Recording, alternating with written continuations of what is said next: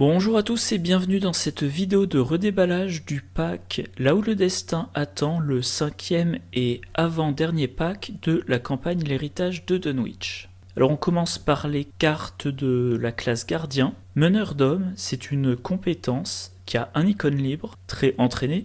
Tant que meneur d'hommes est attribué à un test de compétence effectué par un autre investigateur, meneur d'hommes gagne une icône de volonté et une icône libre. Alors si vous l'utilisez sur vous, cette compétence, c'est très quelconque, c'est seulement une icône libre mais seulement une icône. Par contre, si vous l'attribuez à un autre investigateur, 2 icônes libres et une icône de volonté, donc un bonus de plus 2 ou plus 3. Et bien là pour le coup, c'est très bien, mais il faut vraiment l'attribuer à un autre joueur. Alors, ça prend tout son intérêt pour les tests de volonté, donc à utiliser en priorité si vous jouez avec un mystique, ou si vous jouez avec un investigateur, avec un autre investigateur qui a une volonté faible, par exemple Finn Edwards. Voilà, je pense que c'est aussi simple que ça. Quand on l'utilise sur soi, c'est gâché. Si on l'utilise, voilà. Bon voilà, je pense qu'il n'y a rien de plus à dire. Alors, j'ai connu pire, c'est un événement de niveau 4 qui coûte 0, 2 icônes de volonté, 1 icône d'agilité, très esprit, mais comme c'est niveau 4, Calvin ne peut pas le prendre. Rapide à jouer quand des dégâts et ou des horreurs vous sont infligés. Annuler jusqu'à 5 dégâts et ou horreurs tout juste infligés. Ensuite gagne un nombre équivalent de ressources. Et ben c'est génial. Alors oui, ça coûte 4 XP, mais une fois que c'est dans le deck, ça coûte pas de ressources, ça coûte pas d'action, ça annule des dégâts et ou horreurs jusqu'à 5, et ça donne autant de ressources. Alors 5 dégâts et ou horreurs, ça fait quand même beaucoup. Ça fait par exemple un ennemi qui inflige 3 dégâts et 2 horreurs. Donc ça fait quand même un ennemi bien costaud. On n'en rencontre pas trop souvent de ce genre-là. Ou ça annule complètement les résultats catastrophiques d'une carte traîtrise.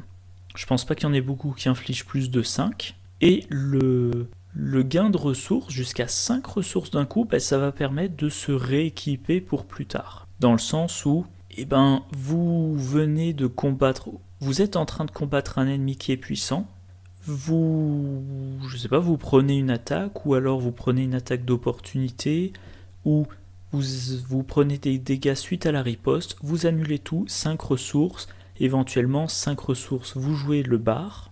Évidemment, si vous le jouez alors que vous êtes encore au combat, vous prenez une attaque d'opportunité, mais au moins maintenant vous avez une arme puissante en jeu pour vaincre cet ennemi. Bref, je trouve ça génial, et ça a d'autant plus d'intérêt qu'on le met dans un deck d'un investigateur qui s'est déjà pris des traumas. Vous jouez Roland Banks, il s'est pris 2 traumas mentaux, il commence la partie avec 3 points de santé mentale restants, il suffit qu'il pioche un échec automatique sur un test de reste pourrissant, il est vaincu. À moins que vous ayez J'ai connu pire. Voilà. Donc une excellente carte. On passe maintenant aux cartes chercheurs. Et spoiler, attention, l'étrange solution améliorée de niveau 4. Donc il y en a 3 dans ce pack-là. Là, le mélange revigorant. Alors les étranges solutions améliorées, je crois que je les ai jamais utilisées. J'ai déjà utilisé les glyphes, mais jamais les étranges solutions. Donc là, je les découvre un petit peu. J'ai déjà considéré la possibilité de les mettre dans des decks en aveugle, parce que je savais pas encore ce que donnait la version améliorée. Le truc, c'est que en cours de partie, si vous n'êtes pas parfaitement dans le rythme, vous allez toujours vouloir faire quelque chose avant l'identification, je pense. Sauf si un jour on a une carte à identifier qui vous dit combattez un monstre avec force plus 2, et si vous réussissez le combat, hop, ça y est, vous avez identifié votre objet. Dans ce cas-là, l'identification sera très intéressante. Mais étrange solution, j'ai jamais utilisé. Alors, le mélange revigorant, ça coûte 1. C'est un soutien qui n'occupe aucun emplacement, un objet, science, 2 icônes de volonté. Bon, on ne peut pas l'inclure sauf si on a fait une identification. Utilisation 4 provisions. Action, dépenser une provision, soigner 2 dégâts d'un investigateur dans votre lieu. Ouais. 4 utilisations, vous soignez 2 dégâts d'un coup. C'est uniquement sur un investigateur, c'est uniquement dans votre lieu. Vous ne pouvez pas répartir, vous ne pouvez pas faire un soin soin d'un dégât sur l'investigateur A et soin d'un dégât sur l'investigateur B. Moi, je sais pas, je trouve pas ça très attirant. Alors certes, il n'y a pas beaucoup de solutions de soins en chercheur, mais il y a les planches anatomiques qui sont à usage illimité, mais il faut faire un test. Sinon, en gardien, il y a des solutions de soins. Là, je suis pas convaincu. Jamais testé, mais ça me tente pas particulièrement. Deuxième version, le fiel acide. Même coup. 2 icônes de force. Utilisation 3 provisions, donc il y en a une de moins. Action, dépenser une provision, combattre. Vous attaquez avec une compétence de base de force de 6. Cette attaque inflige plus de dégâts. C'est une solution de combat géniale pour les chercheurs. Ça vous prend pas de main. Vous avez une compétence de base de 6, donc vous pouvez toujours l'améliorer. Si vous avez par exemple, je crois que ça s'appelle Esprit Curieux, j'en ai parlé dans la vidéo précédente, il y a un indice dans votre lieu, vous pouvez attribuer la compétence, ça vous donne 3 icônes libres. Bon, vous combattez avec une force de 9. Voilà. Et puis plus de dégâts, donc vous infligez des dégâts 3 par 3. Ça, pour le coup, si jamais un jour j'envisage un chercheur solo, c'est intéressant. D'autant plus que ça ne prend pas d'emplacement de main. Donc je peux avoir mon chercheur, imaginons que ça soit un chercheur qui ne puisse inclure que des cartes chercheurs, il va pas avoir une arme en main.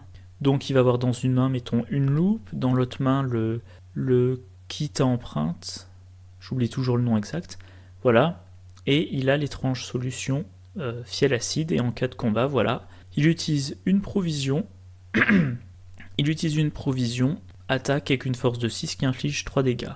C'est des provisions, ça peut se recharger. En neutre, ça pourrait se recharger avec l'aventurier, mais l'aventurier c'est une carte gardien, et en carte accessible à un chercheur, il y a une planque, je ne sais plus laquelle, peut-être celle de niveau 4. Voilà, donc c'est une solution de combat en plus de pouvoir de l'esprit, en plus de j'ai un plan.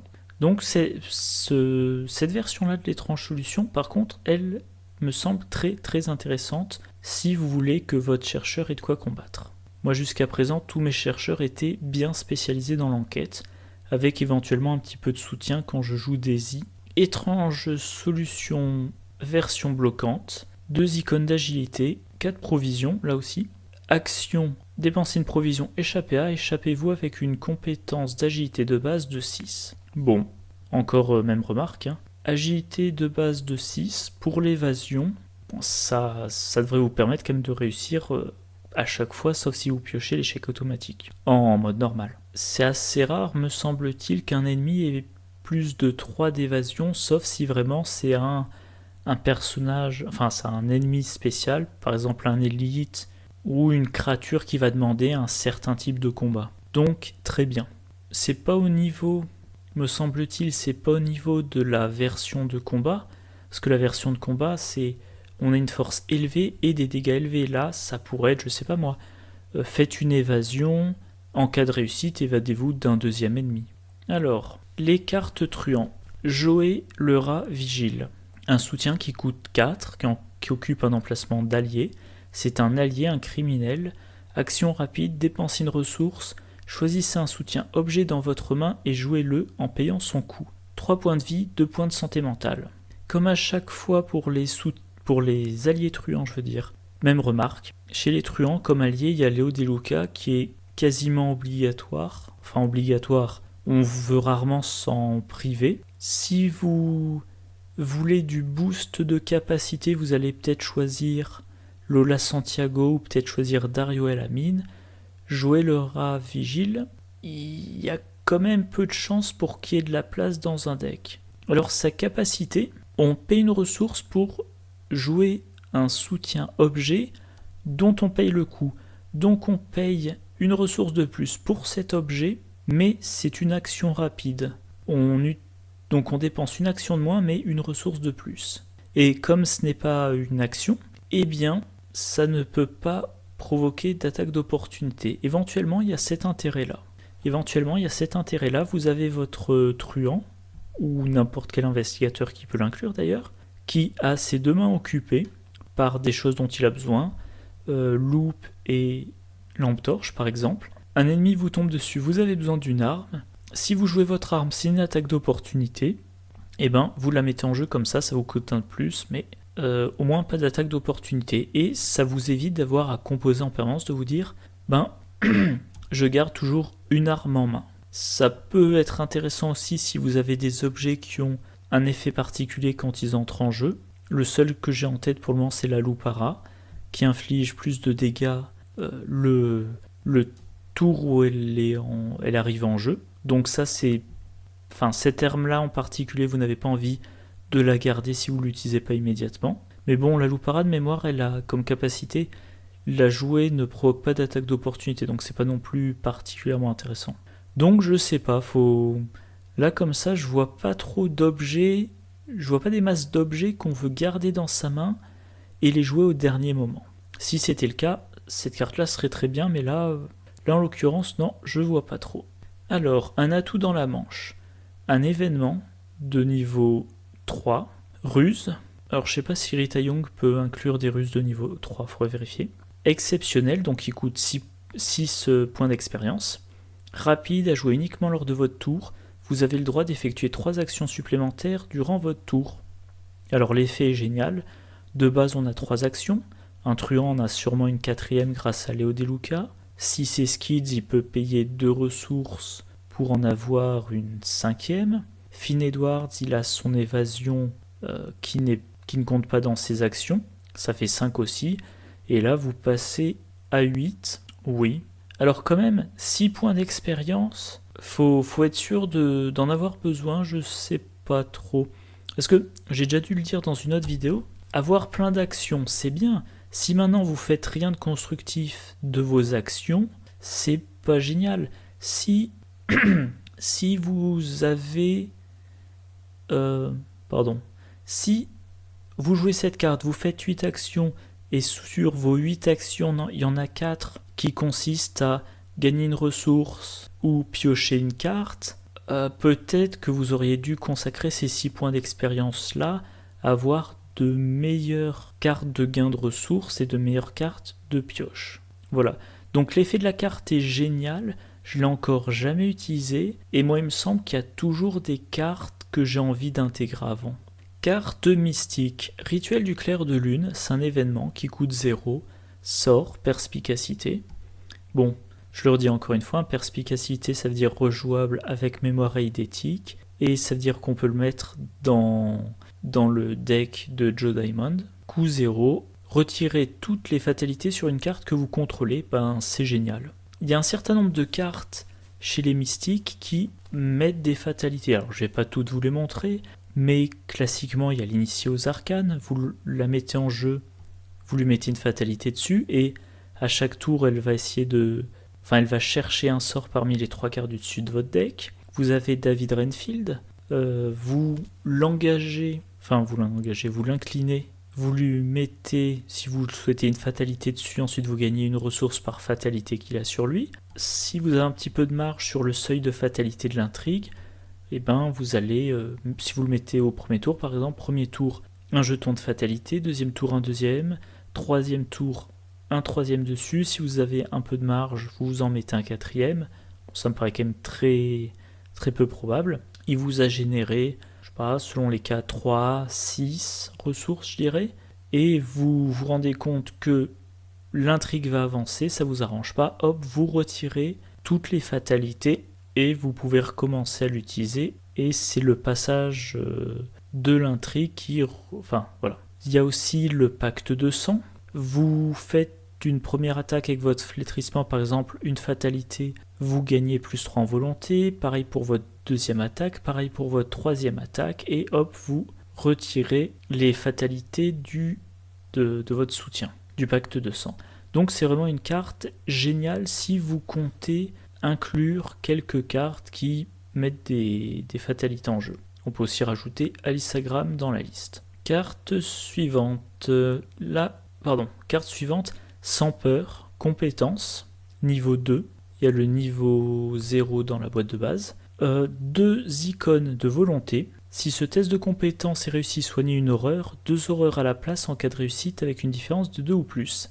Alors, la version de niveau 0 n'a qu'un icône de volonté et n'a pas le texte entre parenthèses. Donc là déjà vous donnez plus de volonté à un test, Pour un mystique, c'est très pratique d'avoir plus d'en volonté. Si vous réussissez vous soigner d'une horreur avec plus d'en volonté, ça aurait quand même, vous avez de bonnes chances de réussir. Et si vous réussissez avec une différence de 2 ou plus, même remarque que d'habitude, si vous réussissez avec 2 ou plus grâce à cette carte, vous auriez réussi sans la carte, mais vous soignez 2 horreurs d'un coup. C'est un effet qui est très bon, très intéressant pour Agnès, qui va accepter d'encaisser des horreurs, voire qui va se les infliger pour infliger des dégâts directs, sans test, et très intéressant dans un deck Caroline Fern, qui va vouloir soigner plein d'horreurs. Alors, Joyau d'Auréolus, c'est un soutien de niveau 3 qui coûte 3 ressources, qui occupe un emplacement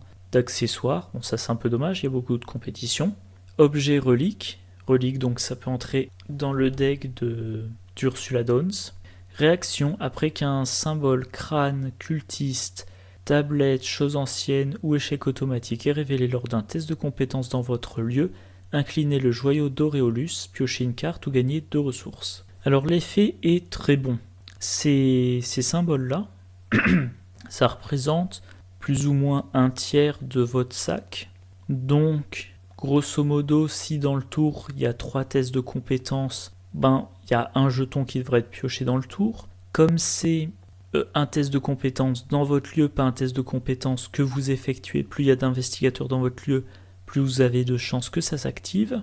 Évidemment, si vous utilisez des cartes qui vous permettent de choisir ce que vous révélez comme jeton du chaos, qui vous permettent d'en piocher plus et d'en annuler certains, vous pourrez choisir parfois de l'activer.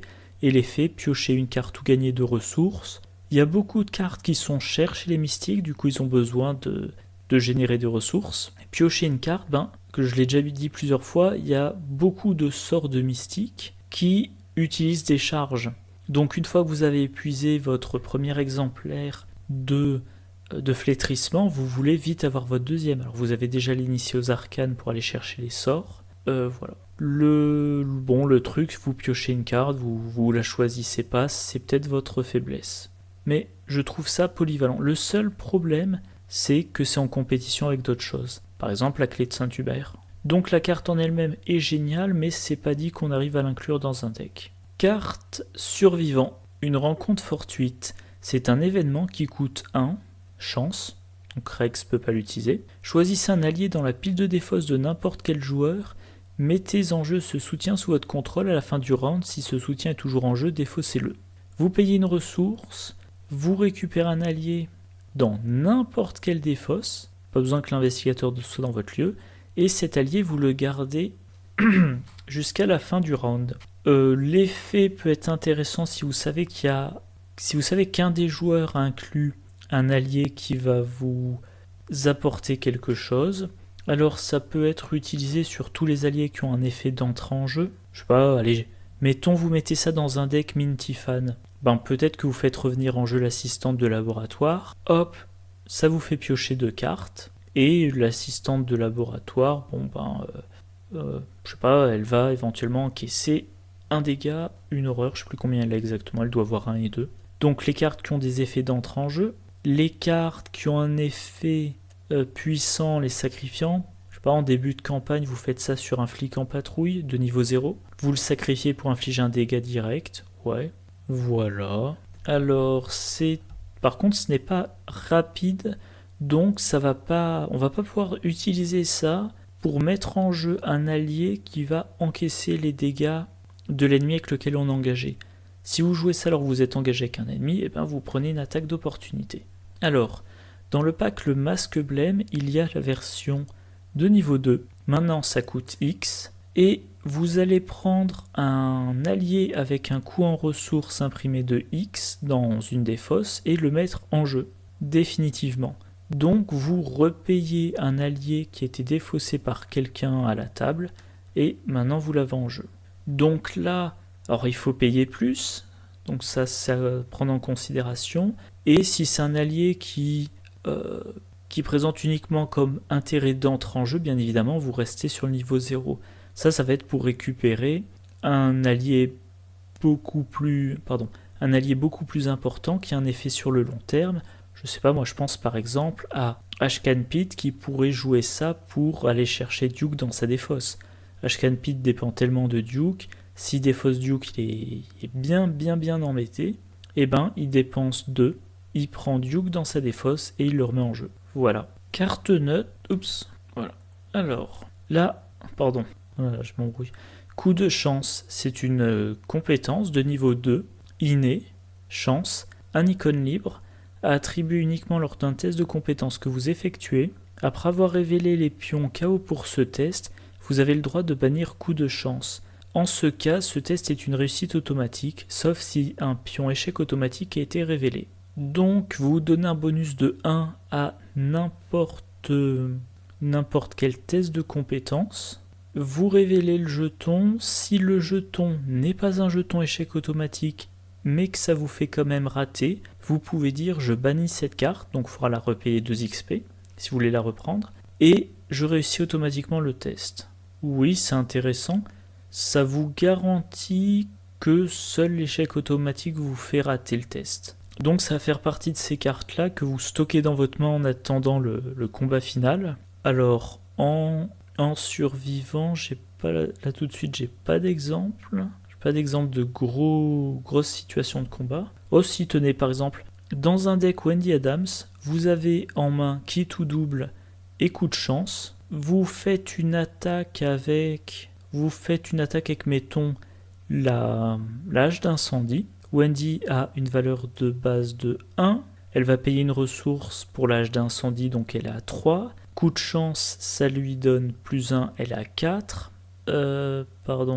Kit ou double, ça lui donne encore 1, donc si je m'embrouille pas, elle est à 5. Vous piochez un jeton du chaos. Alors, la difficulté étant doublée, c'est quand même très improbable que vous réussissiez. Si vous réussissez pas et qu'il n'y a pas de jeton échec automatique, vous dites, voilà, je bannis coup de chance, donc j'aurai 2 points d'expérience à repayer, mais au moins je réussis mon test. Donc, hache d'incendie, c'est 2 dégâts, grâce à kit ou double, c'est x2, donc vous garantissez de faire votre attaque à 4 dégâts. Alors si c'est quand même un monstre de fin de scénario, peut-être que ça peut suffire, c'est pas gagné, mais si c'est un monstre de fin de campagne, faudra quand même trouver un petit peu mieux que 4 dégâts d'un coup. Enfin, 4 dégâts en une fois. Faudra plutôt réussir à faire 4, puis 4, puis 4. Donc, la carte est sympathique. Tenue élégante, c'est un soutien neutre qui coûte une ressource, qui occupe un emplacement de corps. Diminuez de 2 la difficulté des tests de compétences que vous effectuez lors des actions discussion, et ça donne un point de santé et un point de santé mentale. C'est pas cher, l'emplacement de corps est pas très utilisé, je trouve. Un point de santé mentale, bon, ça peut absorber une petite attaque. Et diminuer de 2 la difficulté des tests de discussion. L'effet est sympathique, c'est pratique, ça arrive dans certains scénarios. Alors je vais essayer de pas de divulgacher les scénarios, mais mettons, allez, j'invente un truc. Vous êtes dans une gare et le scénario vous dit faut trouver le bon train. Il y a en jeu le soutien d'histoire chef de gare. Vous devez réussir un test de discussion pour qu'il vous indique quel train c'est et que ça vous fasse avancer l'acte. Et bien vous voulez réussir votre test de discussion, et si vous n'avez pas de chance, le test de discussion ça va demander de l'intelligence.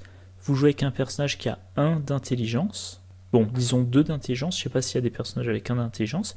Vous ratez votre test de discussion, bon ben vous réessayez, vous re-ratez, vous réessayez une 3e fois, vous ratez encore, bon ben vous avez passé tout le tour à essayer de faire avancer l'acte, et pendant ce temps-là l'intrigue avance. Donc l'effet est très bien, le truc c'est que c'est hyper spécialisé. Vous pouvez pas savoir à l'avance dans quel scénario vous aurez besoin de discuter. Alors moi tel que je construis mes decks, je vais éventuellement considérer de le mettre dans un deck, surtout si à l'avance je sais que dans une campagne il y a un scénario où j'en aurais bien besoin.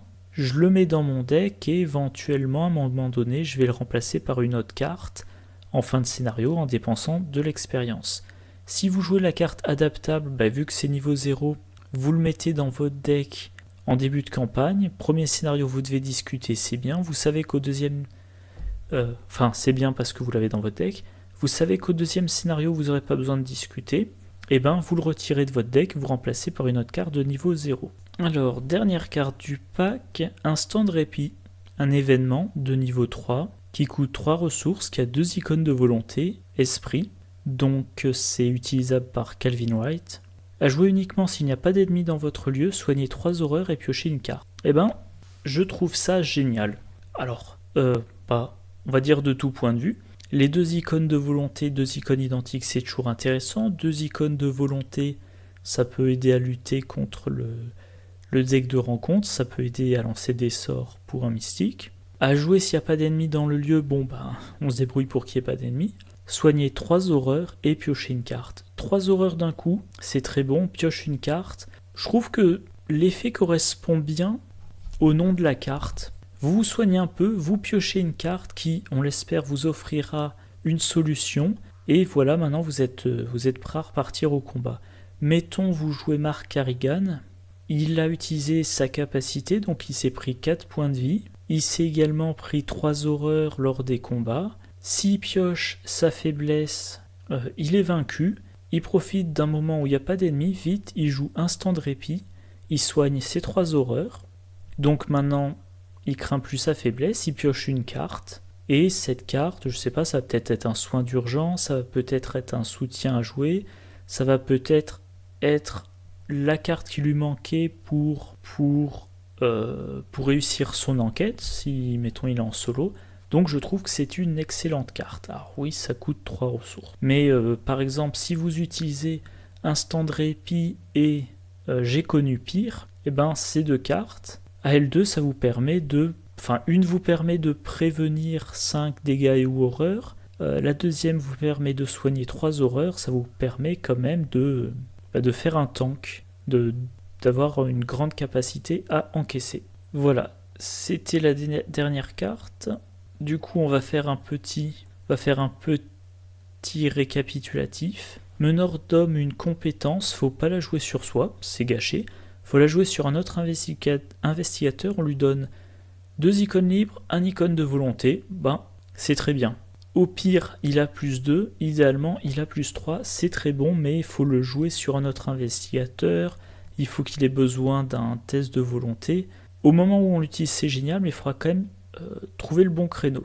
J'ai connu pire, alors certes, c'est niveau 4, mais ça coûte 0, c'est rapide, ça vous permet d'annuler 5 dégâts et horreurs, puis de gagner le même nombre de ressources. Et par exemple, vous attaquez un ennemi qui a riposte, vous n'êtes pas assez fort, du coup vous prenez ces dégâts, non, vous les annulez, vous avez 4 ressources. Maintenant, vous pouvez dépenser 4 ressources pour augmenter votre force pour la prochaine attaque.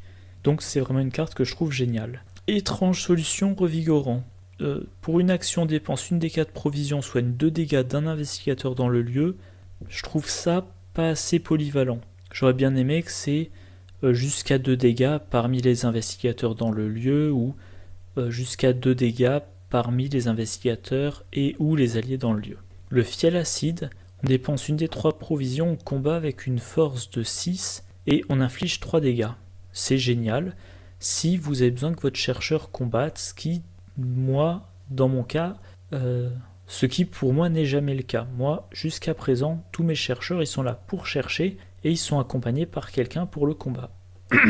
Mais avec la sortie de Joe Diamond, peut-être que ça sera reconsidéré, peut-être que je vais faire un deck solo de Joe Diamond et que je considérerai ça comme solution de combat. Alors, l'étrange solution version bloquante, on dépense une des 4 provisions, on échappe à un ennemi avec une compétence d'agilité de base de 6. Ouais, c'est bon, mais il manque un petit quelque chose. Voilà, vous avez échappé à l'ennemi, ok, vous avez de très bonnes chances d'y échapper, mais il n'y a rien de plus. C'est un seul ennemi, il va finir par se redresser, et s'il est chasseur, il va vous retomber dessus. Joey le rat vigile. C'est un soutien qui vous permet de jouer des soutiens objets de la main sans dépenser d'action, mais en payant une ressource de plus. J'ai pas d'avis tranché. Le problème, c'est qu'il est en compétition avec trop de bons alliés, mais si vous identifiez des objets qui ont un intérêt particulier le tour où ils sont joués, Joey Vigile est très pratique. Voilà, ça vous permet aussi d'économiser vos emplacements de main. Vous avez besoin d'enquêter, vous avez un objet qui vous aide à enquêter dans chaque main. Juste avant que le combat débute, hop, vous posez votre arme sans vous prendre d'attaque d'opportunité. Un atout dans la manche, exceptionnel, vous pouvez en avoir qu'un dans votre deck. Ça, c'est un truc que je précise pas forcément avec les cartes exceptionnelles.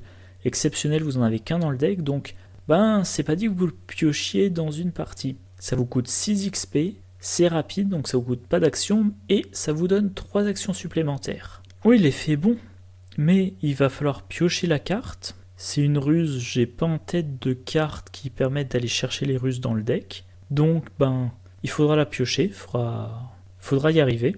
3 actions supplémentaires, il faut que ça soit des actions utiles. Pour 6 points d'expérience, peut-être que 6 points d'expérience, ça vous permet de faire du bon boulot avec vos actions, vos 3, 4 ou 5 actions, et ne pas avoir besoin de 3 actions supplémentaires. À tester donc. Rituel du clair de lune, vous retirez toutes les fatalités d'une carte que vous contrôlez, c'est génial. Il y a de très bonnes cartes en mystique qui vous font mettre des fatalités dessus, et là, vous retirez tout sur une carte, du coup vous vous redonnez de la maîtrise du tempo de la partie. Vous pouvez utiliser David Renfield à fond, donc quand je dis à fond, en gros c'est premier tour je le pose, je mets une fatalité, je gagne une ressource, deuxième tour je mets une deuxième fatalité, je gagne 2 ressources, troisième tour je mets une troisième fatalité, je gagne 3 ressources, il y a déjà 2 fatalités sur la carte intrigue, le seuil est de 6. En début, la première intrigue, 6, c'est un seuil assez habituel. Et là, dernière action de mon tour, du troisième tour, je joue Rituel du clair de lune, je retire les 3 fatalités et on est de nouveau avec seulement 2 fatalités en jeu. Et sur ces 3 tours, David Renfield m'a fourni 6 ressources. Sans peur de niveau 2. C'est une compétence qui vous donne 2 icônes de volonté. Si vous réussissez votre test, vous soignez une horreur. Si vous réussissez avec une différence de 2 ou plus, vous soignez 2 horreurs. C'est génial. Tout simplement, c'est particulièrement bon pour Agnès et Caroline Fern. Joyau d'Auréolus, un accessoire, quand un symbole, crâne cultiste, tablette, chose ancienne ou tentacule, échec automatique est révélé lors d'un test de compétence dans votre lieu, peu importe qui l'effectue, vous pouvez l'incliner pour piocher une carte ou gagner 2 ressources. Donc soit vous piochez des cartes pour atteindre plus vite les sorts dont vous avez besoin, en plus de l'effet de l'initié aux arcanes pour tutorer les sorts, soit vous gagnez des ressources en prévision du prochain sort que vous allez jouer, ou tout simplement pour payer l'utilisation de votre soutien.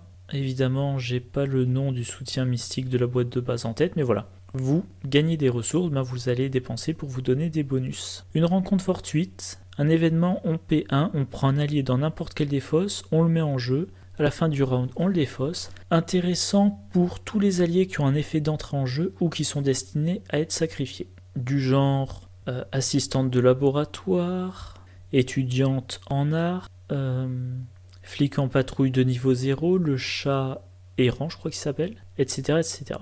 C'est très bon, et si vous voulez garder l'allié en jeu, dans le pack Le Masque Blême, vous avez la version de niveau 2 qui vous permet. Coup de chance, une compétence qui vous donne +1, vous ne pouvez l'attribuer qu'à vos tests de compétences. Une fois que vous avez révélé le pion, si ce n'est pas un échec automatique, mais que ça vous fait rater, vous pouvez choisir de bannir coup de chance, vous réussissez automatiquement. Vous gardez ça pour le test qui peut vous faire gagner ou perdre le scénario. Et vous avez 15 chances sur 16 de réussir si vous acceptez de bannir cette compétence. Tenue élégante, un soutien qui occupe un emplacement de corps, qui vous donne 1 de santé mentale, mais surtout qui vous permet de diminuer de 2 la difficulté des tests de compétences pour les discussions. L'effet est super intéressant, mais si vous ne connaissez pas la campagne, vous ne saurez pas quand vous en avez besoin et quand ça sera superflu. Et instant de répit, un événement qui coûte 3 points d'expérience, qui a 2 icônes de volonté. Vous ne pouvez le jouer que s'il n'y a pas d'ennemis dans votre lieu, vous soignez 3 horreurs, piochez une carte, donc effectivement vous remettez un petit peu d'aplomb en prévision du prochain combat. C'est vraiment excellent, et c'est le genre de carte qu'on prévoit pas forcément dans son deck, ou alors qu'on prévoit et pour laquelle on se dit je verrai quand est-ce que j'en ai besoin, et vous l'intégrez ou pas, ou vous l'intégrez tôt ou tard, en fonction des traumatismes que vous aurez subis dans la campagne. Bon voilà, c'est tout pour ce pack Là où le destin attend. D'ici quelques jours, le dernier pack de la campagne L'héritage de Dunwich, perdu dans le temps et l'espace. Voilà, je vous dis bonne soirée et à une prochaine. Au revoir.